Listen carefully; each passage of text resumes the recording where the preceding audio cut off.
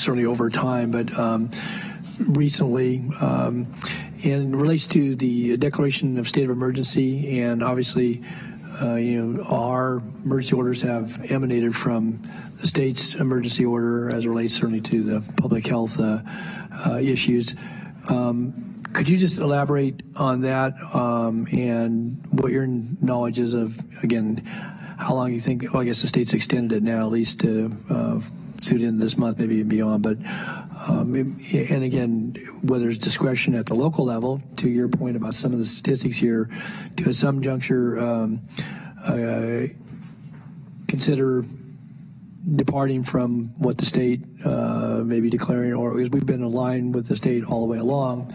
Maybe that's the sequence we will continue. I'm just curious because we've gotten some inquiries regarding that. So I don't know if you feel comfortable responding, but that's my question. Sure, and I'll just ask Lisa if she wants to respond first, and then I can add. Okay.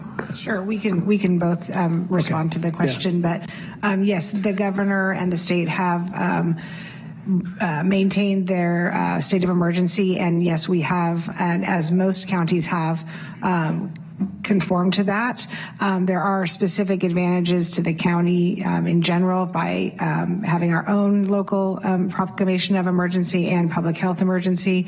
It relates mostly to the fact that we have volunteers and workers, and the working on the public health crisis, and the emergency shields them from certain liabilities. So there are legal reasons why we are recommending keeping it in place.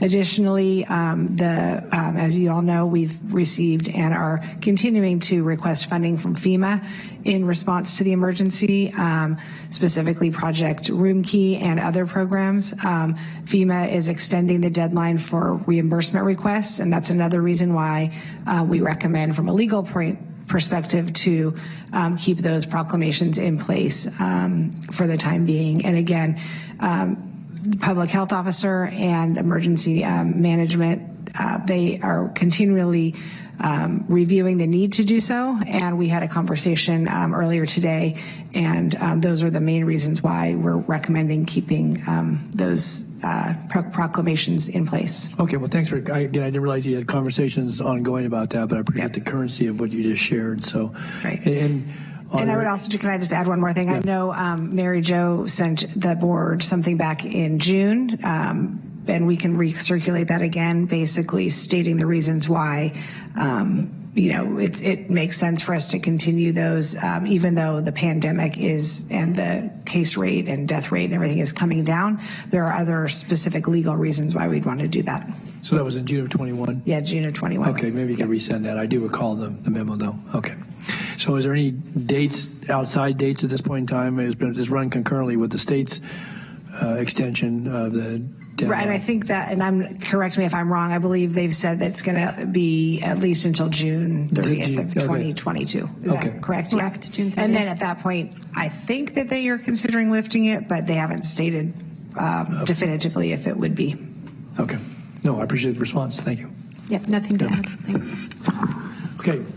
Any other board member? Don't see any, so we have a couple of speakers. Did Dr. Kasiri have anything else, Siobhan? Dr. Kasiri, anything to add? No, thanks. I don't have anything this time. Okay. All right. Thanks, Dr. Kasiri. Thanks, Siobhan. All right. We have two speakers, Gabrielle Ingram and Ryan Harris.